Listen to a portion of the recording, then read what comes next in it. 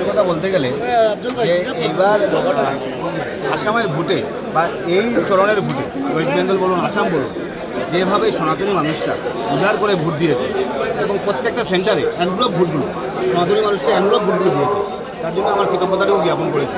আমি মনে করি আমাদের সভ্যতা সংস্কৃতির জয় হয়েছে এবং সামনের দিন ভারতীয় সভ্যতা সংস্কৃতির প্রতি যারা আস্থাশীল, যারা ভারতীয় সভ্যতা সংস্কৃতিকে যারা বিশ্বাস করে, আমি মনে করি যে আজকে বিশেষ করে কিছু ইসলাম ধর্মাবলম্বী মানুষ যারা আমাদের রাষ্ট্রবাদী মুসলমান আমরা বলতে সংখ্যায় কম, কিন্তু সনাতন ধর্মাবলম্বী মানুষরা কিন্তু অ্যানব্লক ভোট দিয়েছে।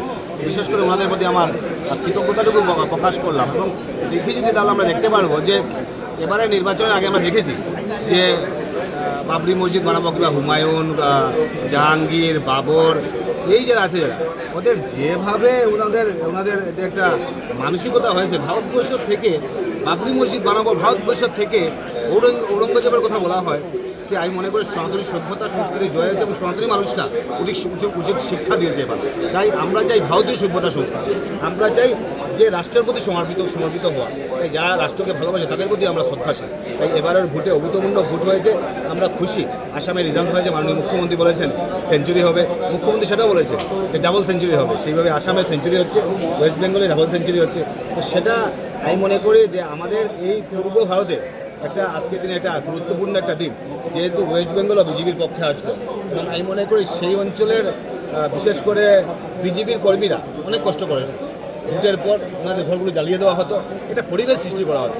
আজকে আমি মনে করি বিজেপি যেখানে আছে, বিজেপির সরকার যেখানে আছে, ভারতীয় সভ্যতা সংস্কৃতি যেখানে আছে, সেখানেই আমাদের সুষ্ঠু সুন্দর বাতাবরণ। তাই আমি বিশেষ করে কাঠিগড়াবাসীকে আমার শুভেচ্ছা জ্ঞাপন করছি, আমার শ্রদ্ধা জ্ঞাপন করছি, বরাকবেলির প্রত্যেক জনসাধারণকে আমার শ্রদ্ধা জ্ঞাপন করছি সামনের দিন, যাতে বরাকবেলির যাতে আমূল পরিবর্তন হয়, আমাদের সভ্যতা সংস্কৃতির যাতে বিকাশ হয়, সেটাই কামনা করছি। কাঠিগড়ার প্রথম লক্ষ্য কী থাকবে? কাঠিগড়ার ইতিমধ্যে চলছে, কাঠিগড়া অনেকগুলো প্রকল্পের কাজ চলছে, মুখ্যমন্ত্রী এসে বলছিলেন।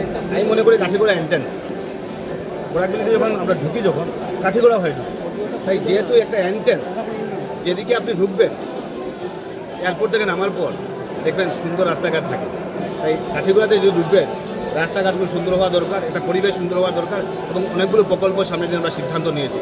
আমি মনে করি 5 বছর পর অন্তত এইভাবে আপনাদের সঙ্গে আবার দেখা হবে, 5 বছর পর আমরা বলতে পারবো যে আমরা এই প্রকল্পের কাজ করলাম। এবং আমি মনে করি যে জায়গায় আমাদের মুখ্যমন্ত্রী আছেন, যে জায়গায় হেমন্ত বিশ্ব শর্মা আছেন, সেই মহাশয় আছেন, সেই জায়গায় ডেভেলপমেন্টে কোনো ত্রুটি হবে না। তাই ওনার নেতৃত্বে সামনের দিন এই অঞ্চলে যাতে একটা আমূল পরিবর্তন হয়, সেটাই কামনা করছি।